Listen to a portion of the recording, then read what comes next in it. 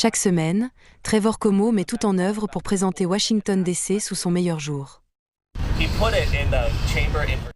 Il est guide touristique pour DC by Foot et accueille chaleureusement les visiteurs dans la capitale nationale. Pour cette visite du Capitole, près des 2/3 de ses clients viennent de l'étranger. Ce groupe comprend des familles du Mexique et du Brésil. Je trouve que c'est un superbe endroit et nous en apprenons beaucoup sur l'histoire.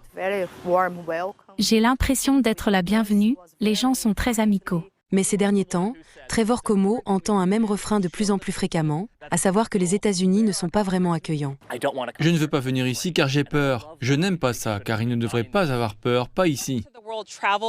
Selon le Conseil mondial du voyage et du tourisme, les dépenses internationales aux États-Unis devraient baisser de près de 7% cette année. C'est le seul pays parmi 184 à prévoir une baisse. En ce qui concerne les arrivées internationales aux États-Unis, elles devraient chuter de près de 9%. La plupart des personnes qui s'abstiennent de venir sont originaires du Canada, le premier marché américain pour le tourisme international. En mars dernier, le Premier ministre canadien en fonction à l'époque Justin Trudeau a publiquement dissuadé les Canadiens de se rendre aux États-Unis après que Trump a menacé d'imposer des droits de douane de 25% sur les importations canadiennes.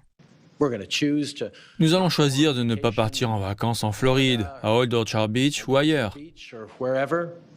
Les droits de douane imposés par les États-Unis à travers le monde, les discours musclés sur l'immigration et les expulsions massives, ainsi que les conditions d'obtention de visas plus strictes, notamment des frais de $250 pour certains, ont découragé de nombreux visiteurs étrangers.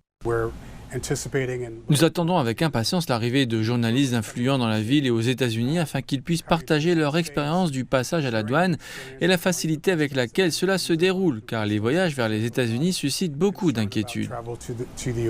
Elliot Ferguson est président-directeur général de Destination DC, la principale organisation de marketing de Washington, où 8% des visiteurs proviennent du marché international. C'est plus difficile à vendre de nos jours, ce qui oblige l'organisation à but non lucratif à légèrement changer de cap. La bonne nouvelle, c'est qu'il existe d'autres marchés qui montrent un certain intérêt pour les États-Unis, comme le Mexique, l'Amérique centrale, le Brésil et bien sûr l'Europe. Nous savons que la communauté internationale suit chaque jour l'actualité qui est liée à Washington DC. Notre objectif est de mettre en avant d'autres aspects de la ville qui ne sont pas nécessairement liés à l'expérience fédérale, la vie nocturne, les monuments, les mémoriaux, le théâtre, la scène gastronomique, la facilité avec laquelle on peut se déplacer à pied à Washington, son caractère verdoyant. Et pour cela, la capitale nationale comptera sur le visage amical de Trevor Como. Si vous mettez de côté toute la politique, vous découvrirez une ville riche sur le plan culturel qui mérite que vous y consacriez du temps. N'ayez pas peur car nous vous accueillerons à bras ouverts.